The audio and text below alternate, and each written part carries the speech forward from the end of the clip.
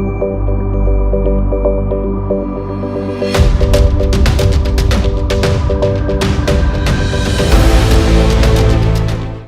आपने देखना शुरू कर दिया है द एंगल और मैं हूं आपके साथ छवि अवस्थी। चलिए सबसे पहले नजर डालते हैं आज की सुर्खियों पर। हाथरस के बाद यूपी के बलरामपुर में भी युवती के साथ दरिंदगी, मायावती और अखिलेश यादव ने जताया दुख। मुख्यमंत्री अशोक गहलोत ने हाथरस की घटना पर जताया दुख, लेकिन कहा 12 और हाथरस की घटना की तुलना करना सही नहीं। पीसीसी चीफ गोविंद सिंह डोटासरा का जन्मदिन आज, प्रदेश के युवा मना रहे बेरोजगार दिवस, ट्विटर पर कर रहा ट्रेंड। प्रदेश के सभी अस्पतालों का बदला समय, एसएमएस अस्पताल का समय रहेगा सुबह 9 बजे से शाम 3 बजे तक। उत्तर प्रदेश के हाथरस में सामूहिक दुष्कर्म के बाद पीड़िता की मौत के मामले पर पूरे देश में खासा आक्रोश है। देश भर में दुष्कर्म पीड़िता को इंसाफ दिलाने के लिए प्रदर्शन हो रहे हैं। पीड़िता की मौत के बाद उसका जबरन अंतिम संस्कार कर दिया गया, इसे लेकर कई जगह सवाल खड़े हो रहे हैं। इस तरह सूबे की योगी आदित्यनाथ सरकार विपक्ष के निशाने पर आ गई है। वहीं हाथरस के बाद उत्तर प्रदेश के बलरामपुर में भी दलित युवती के साथ दुष्कर्म किया गया है। पीड़िता ने रास्ते में ही दम तोड़ दिया था। बलरामपुरा की घटना पर बसपा प्रमुख मायावती और उत्तर प्रदेश के पूर्व सीएम अखिलेश यादव ने ट्वीट कर दुख जताया है। बिहार विधानसभा चुनाव के लिए बिगुल बज चुका है। पहले चरण के मतदान 28 अक्टूबर को होंगे। चुनाव आयोग पहले चरण के मतदान के लिए आज अधिसूचना जारी करेगा। कोरोना काल में हो रहे पहले विधानसभा चुनावों के मद्देनजर आयोग चुनाव संबंधी दिशा निर्देश जारी कर चुका है। इस बार उम्मीदवार ऑनलाइन अथवा ऑफलाइन दोनों ही तरह से चुनाव के लिए अपना नामांकन दाखिल कर सकेंगे। पहले चरण की 71 सीटों के लिए नामांकन की प्रक्रिया आज से शुरू हो जाएगी, लेकिन सीट बंटवारे को लेकर सत्ताधारी एनडीए और विपक्षी दलों के महागठबंधन में अब तक कोई समझौता नहीं हो सका है।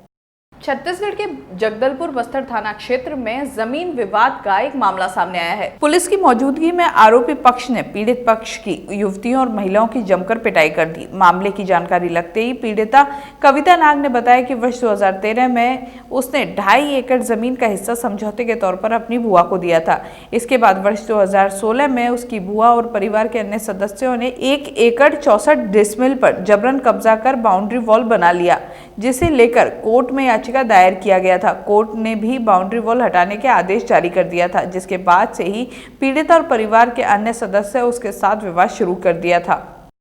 मेरा नाम कुमारी कविता नाग है। मैं निवासी जगदलपुर की हूँ और घाट लोंगा बस्तर में मेरा खेत है। और मेरे खेत पूरा 9 एकड़ खेत था, जिसमें से मेरी मम्मी अपनी ननद को अपने समझौते के साथ और न्याय के साथ उसने 2.5 एकड़ उसको दे दिया है।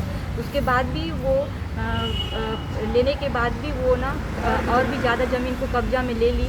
और उसके लिए 2016 में ये केस भी लड़ा गया था, लेकिन उस केस को लड़ने के बाद उसमें कुछ भी सुनवाई हुआ तो आदेश आया था कि उस बाड़े को हटा दिया जाए करके। बट वो लोग कोई भी ऐसा काम नहीं किए वो लोग रोज़ हमसे लड़ाई झगड़ा, मानसिक रूप से प्रताड़ित करना, ये सारा चीज़ करते हैं। क्योंकि वो लोग 4 लड़के लोग हैं और उसमें से एक पुलिस वाला भी है जो अपना पुलिस का रौब दिखाता है।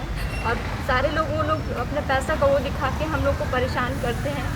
हम लोग लड़की हैं, हमारे पापा नहीं है, दादा नहीं है, हमारे कोई नहीं है, हम सिर्फ लड़की लोग ही। हम लोग अपने ज़मीन को अपना जो भी बाप दादा का प्रॉपर्टी है वो अपना हासिल करना चाहते हैं, लेकिन वो लोग हमारे साथ बहुत बदतमीज़ी से व्यवहार करते हैं। और आज भी दोपहर 12 बजे हमारे साथ बहुत मारपीट किया गया है। हम लोग बहुत बार से ना बस्तर थाना में दे चुके हैं, लेकिन हमारे लिए कभी कोई कार्य नहीं होता है। वहाँ पे कोई हमारा सुनवाई करता ही नहीं है। हमको आवेदन लिख के हमको भेज दिया जाता है, लेकिन हमारा आगे प्रोसीजर होता ही नहीं है। इसलिए हम लोग एसपी साहब को अपना ये पूरा लेटर दे के हम उनको बताना चाहते हैं कि हमको न्याय दिलाइए करके। मुख्यमंत्री अशोक गहलोत ने 12 और हाथरस के मसले पर ट्वीट किया। इस दौरान मुख्यमंत्री गहलोत ने 12 की घटना को झूठी खबर बनाकर फैलाए जाने पर भी दुख जताया। सीएम गहलोत ने ट्वीट में कहा कि हाथरस में हुई घटना बेहद निंदनीय है, उसकी जितनी निंदा की जाए उतना कम है, लेकिन दुर्भाग्य से राजस्थान के 12 में हुई घटना को हाथरस की घटना से कंपेयर किया जा रहा है, जबकि 12 में बालिकाओं से स्वयं मजिस्ट्रेट के समक्ष दिए 164 के बयानों में अपने साथ ज्यादती नहीं होने और स्वयं की मर्जी से लड़कों के साथ घूमने जाने की बात कही है। वहीं बालिकाओं का मेडिकल भी करवाया गया है। अनुसंधान में सामने आया है कि लड़के भी नाबालिग हैं, ऐसे में उनके खिलाफ आगे भी जांच जारी रहेगी। मुख्यमंत्री ने कहा कि घटना होना एक बात है और कार्रवाई होना दूसरी। इस केस को मीडिया का एक वर्ग और विपक्ष हाथरस जैसी विभत्स घटना से कंपेयर करके प्रदेश और देश की जनता को गुमराह करने का काम कर रहा है। पीसीसी चीफ गोविंद सिंह डोटासरा का जन्मदिन है। डोटासरा के जन्मदिन को अभ्यर्थी बेरोजगार दिवस के रूप में मना रहे हैं। सोशल मीडिया पर पीसीसी चीफ गोविंद सिंह डोटासरा के जन्मदिन पर अभ्यर्थियों की ओर से ट्विटर पर ट्रेंड करा दिया गया। इससे पहले भी बेरोजगार युवकों ने प्रधानमंत्री नरेंद्र मोदी के जन्म दिवस को बेरोजगार दिवस के रूप में मनाया। वहीं पीसीसी चीफ गोविंद सिंह डोटासरा के जन्मदिन पर प्रदेश के अन्य नेताओं ने उन्हें शुभकामनाएं दी।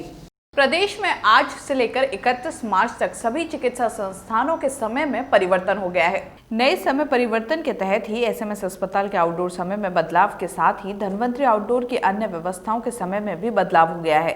अब एसएमएस अस्पताल के आउटडोर का समय सुबह 9 बजे से 3:30 बजे तक रहेगा। इसी तरह 1 अक्टूबर से लेकर 31 मार्च तक प्रत्येक माह के द्वितीय शनिवार सहित धन्वंतरी आउटडोर के प्रतीक्षालय समय में भी बदलाव हुआ है। प्रतीक्षालय हॉल सुबह 8 बजे से 7:30 बजे तक खुलेगा और रजिस्ट्रेशन का समय 8:30 बजे से 3 बजे तक रखा गया है। इसी तहत रिपोर्ट वितरण का समय सायंकाल 5 बजे से 7 बजे तक रहेगा और रविवार व अन्य राजपत्रित अवकाश के दिन प्रतीक्षालय सुबह 8:30 बजे से 3 बजे तक, आउटडोर रजिस्ट्रेशन सुबह 8:30 बजे से 11 बजे तक और आउटडोर समय सुबह 9 बजे से 11 बजे तक रहेगा।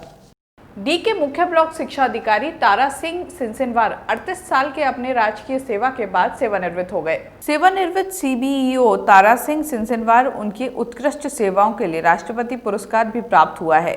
अपने 38 साल की राजकीय सेवा में अपना काम ईमानदारी से बखूबी निभाया है। इस मौके पर अध्यापक मौज खां ने सीबीईओ का चांदी का मुकुट पहनाकर सम्मान किया। इस अवसर पर एसीबीईओ लोकेश गुप्ता ने कहा कि सीबीईओ तारा सिंह का शिक्षा के प्रति अटूट संबंध रहा है। उन्होंने बताया कि सिंसिनवार के कार्यकाल में डी ब्लॉक में छात्र छात्राओं के नामांकन में काफी वृद्धि हुई और आज बेदाग सेवानिवृत्त हुए हैं।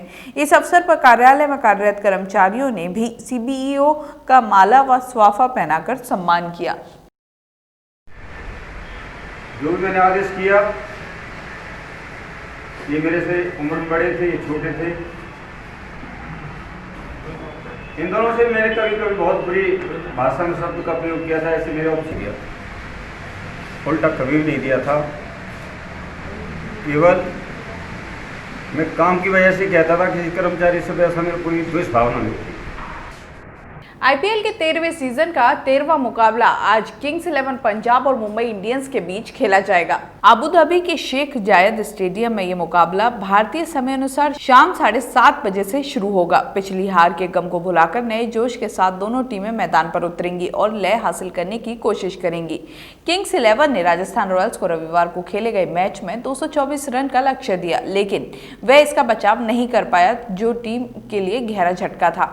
दूसरी तरफ मुंबई ने किरोन पोलार्ड और ईशान किशन की लाजवाब पारियों की बदौलत रॉयल चैलेंजर्स बेंगलुरु के खिलाफ 202 रन के लक्ष्य तक पहुंचने का प्रयास किया, लेकिन आखिर में सुपर ओवर में उसे 2 अंक गंवाने पड़े।